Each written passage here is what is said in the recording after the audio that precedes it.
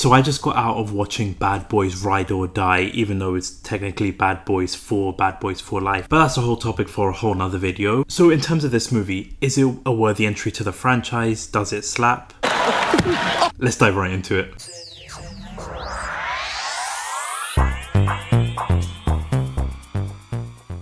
Now, I promise that's going to be the only reference to that, because I do want to talk about the movie, whether it's a worthy entry into the franchise. Now, bear in mind too, is showing in the thumbnail, shows in the title, this is going to be a full spoiler review. So if you haven't seen the movie, we're going to be diving into spoilers, going into details of the movie. But honestly, if you haven't checked out the movie, for me, I would highly recommend. It is a very fun, enjoyable, entertaining movie that I had such a blast with. So I definitely recommend going to check it out, especially if you're a Bad Boys fan. This movie will give you a lot of satisfaction, will give you a lot of enjoyment, so go check it out if you haven't. But if you have seen the movie, welcome to the spoiler review.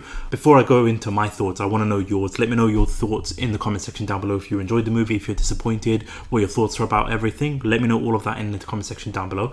And also, if you are new to the channel, do consider hitting that subscribe button. We do talk about movie reviews, TV reviews, even do weekly entertainment news video when it comes to like movie and TV series speculation and breaking news and all that kind of stuff. And plus, I'm going to be doing a tier ranking video for all 4 Bad Boys movies, so definitely subscribe so you're not missing out on that. But with all that YouTube jumbo out the way, let's dive right into the movie. First of all, when it comes to like the good, and honestly, right off the bat with this movie, there is so much action that you get and a lot of enjoyment when it comes to that. You'll see it in the trailers. They've also released some behind the scenes footage in terms of like the camera work that they do. For me, one of my favorite sequences is towards like the third act, is that fight sequence in that crocodile abandoned sewer place, whatever like the hell you want to call it, where you get a lot of like, you get drones shooting and exploding, you get some great sequences, grenade launchers being fired, guns being tossed around, and you just see all this camera work of everything being flown around. Like for example, when Will Smith throws his gun to Martin Lawrence, you just see the POV shot of that. You get to see the POV of like first person shooters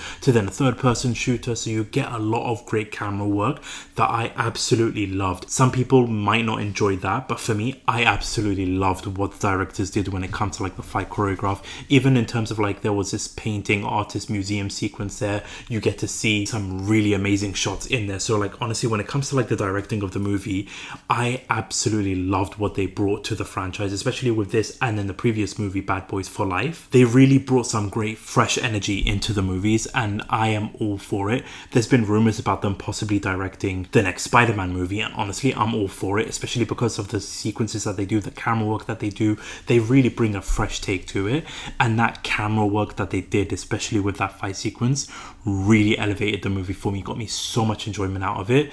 Now honestly, when it comes to like the Bad Boys movies, there's so much car chases, explosions, just honestly a ridiculous amount of damage going through Miami that I don't understand how they're still allowed to do the shit that they do in terms of the bodies that are left behind, the damage that is left on the city, the cars that are destroyed. It just baffles me.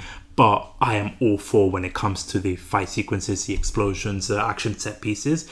They are so much fun. So the directors, Adil and Bilal, really giving a huge shout out to them. Really loved what they did when it comes to this movie, and especially the fight sequences, the battle, the action set pieces, all of that really do get a lot of enjoyment for me, especially like I said, that third act. Now just one more thing before we talk about like the other positives I do have. Now I know I said I'm not going to reference a slap or anything like that, but there is one sequence where like you've got Martin Lawrence just slapping Will Smith towards like the third act, towards like that fight sequence that they go through, where they're like hidden, where you get all these gunshots, and even like the shooting too, fantastic all around. But there's just a moment where you've got like Marcus just slapping Will Smith across the face multiple times. I don't know if that is a reference to that or if that's just part of the movie and you're like overthinking it about that whole situation, but I just wanted to throw that out. If you've seen the movie, what are your thoughts are about that whole slap sequence? Not only just that, there is some great moments for characters to shine. Like for example, Reggie, I absolutely loved that moment with Reggie when you've got these criminals or these villains entering Marcus's house looking for his wife, looking for his daughter, and because she's pregnant at the time, and then you just see Marcus, like you get this great shot going from like, you see Martin Lawrence and Will Smith along with the other characters watching on screen, like watching from like the Ring doorbell, and then it's just moving from the Ring doorbell, from the monitor, going into the screen to like the actual moment of when Reggie is and fighting these villains. So I love that little moment. I love that little visual that you see where you go from like watching the monitor to then going inside the monitor to just seeing their actual real life situation here. That was a really nice touch. But then of course Reggie finally gets his moment to shine. Like, if you've been a fan of the movies, you'll know like Reggie from the very first like introduction where he's dating Marcus's daughter, and then the intimidation scene that you get to see him in the previous movie, but he's just sort of like a side character there, that you get his moment where he just seems intimidated by Marcus.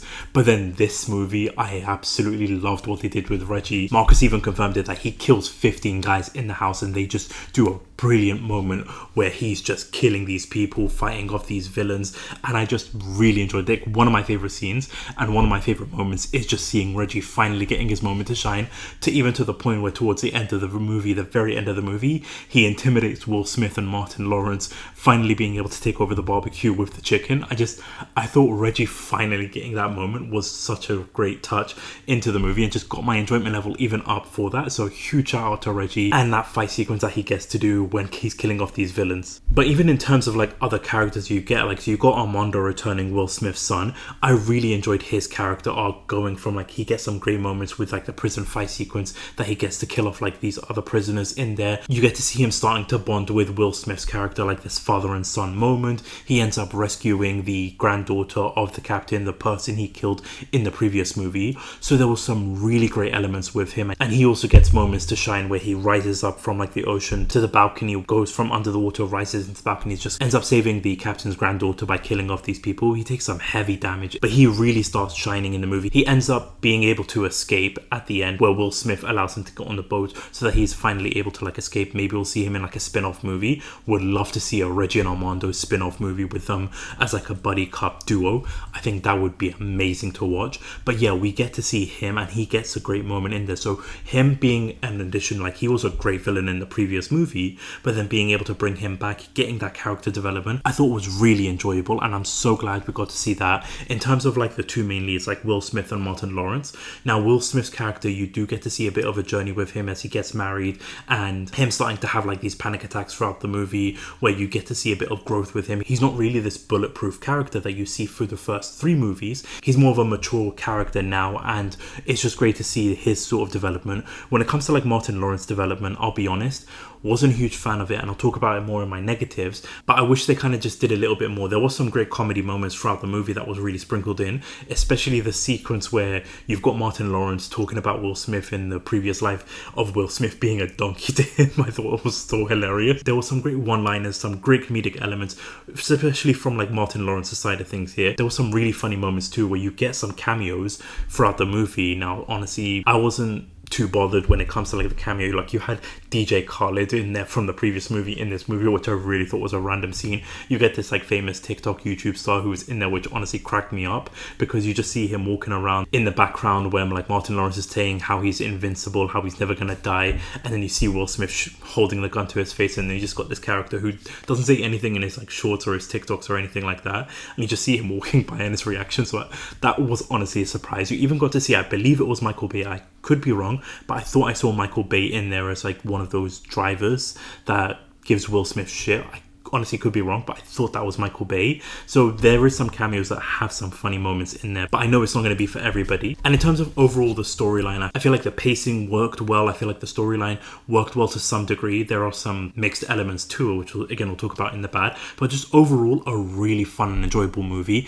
Definitely stepped up when it comes to the first 2 movies. I'll mention more when I do my tier ranking video, but it really had like a great element to it. Like I said, the POV shots, the first person shooters, just like that whole fighting sequences, from the shooting to the hand-to-hand combat to just like these action set pieces, was one of the most enjoyable parts of the movie. And honestly, the runtime really breezes by. You have such great enjoyment, especially if you're a fan of the franchise, that I really enjoyed. So I would definitely recommend it if you haven't checked it out. And again, if you have seen it, because this is all going to be spoilers, we are talking spoilers, I really want to know your thoughts about this in the comment section down below. If you enjoyed it, if you hated it, what are your thoughts? Let me know in the comment section below, because we move on to like the negative parts of the movie, or the bad parts of the movie. And for me, it comes more towards like the storyline that they went with Martin Lawrence's character. Like the first 15-20 minutes really just felt like a rinse and repeat of the previous movie. So you've got like Will Smith getting married, Marcus ends up getting a heart attack, and then he's just going on like this journey. So you just see him talking to like the captain in like the afterlife sort of sequence,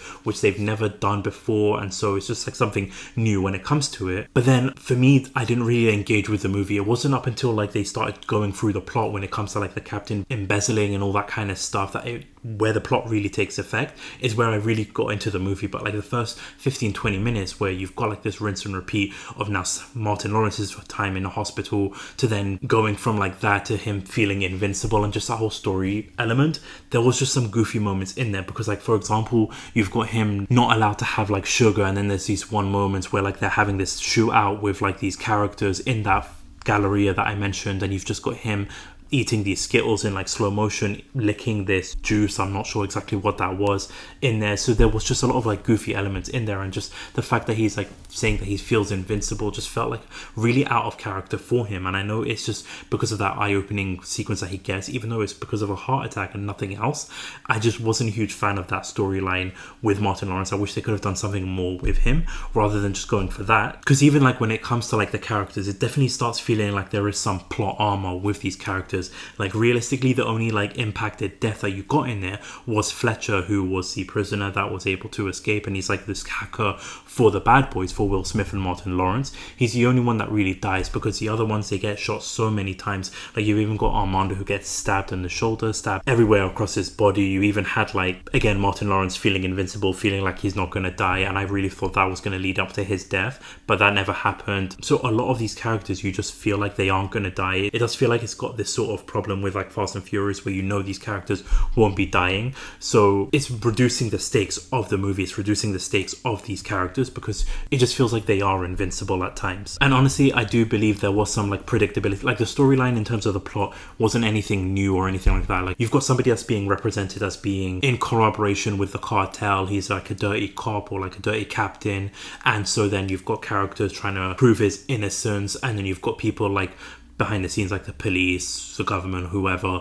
are involved, and it's just working up the chain. So like it's got plot beats that are similar to like other movies that you have seen before, and there is a bit of predictability. Like that person that was dating Rita, honestly, you could see it from a mile away that he is working with the villain of the movie, and that he's like one of the dirty ones feeding in the information. So you kind of do feel a bit of the predictability. While he is a good villain in the movie, he's definitely not one of the strongest villains of the franchise. I feel like he did have like a decent backstory. He did have the presence in the movie of being like this big bad. So I definitely feel like he's not one of the worst villains of the franchise, but definitely not one of the strongest villains of the franchise. But honestly, for me, that's pretty much the only negatives I do have of the movie. I feel like the positives more outweigh the negatives. Do have a little bit of nitpicks here and there, but overall, in terms of the movie itself, it really is a fun, enjoyable movie that you can have such a blast with. And for me, I really enjoyed it. Definitely a great follow-up to the third movie. Definitely another great entry into the movies, because bear in mind too, for me, there are no bad boys movies in there, no pun intended. All the movies are really enjoyable, are entertaining to watch, and for me, I had definitely a blast with this one. So again, let me know your thoughts of everything in the comment section down below, if you enjoyed it, if you hated it. But that about wraps it up for this review. I want to thank you all so much for watching. Thank you so much for listening. Also, I am doing shorts of the alphabet challenge, where I'm listing off every single movie from every single letter of the alphabet, my favorite movies, while doing polls in the community tab. So if you haven't already voted, go to my community tab, vote for the movies as we go through every single letter of the alphabet. But this is YK Reviews. Thank you so much for watching. Peace.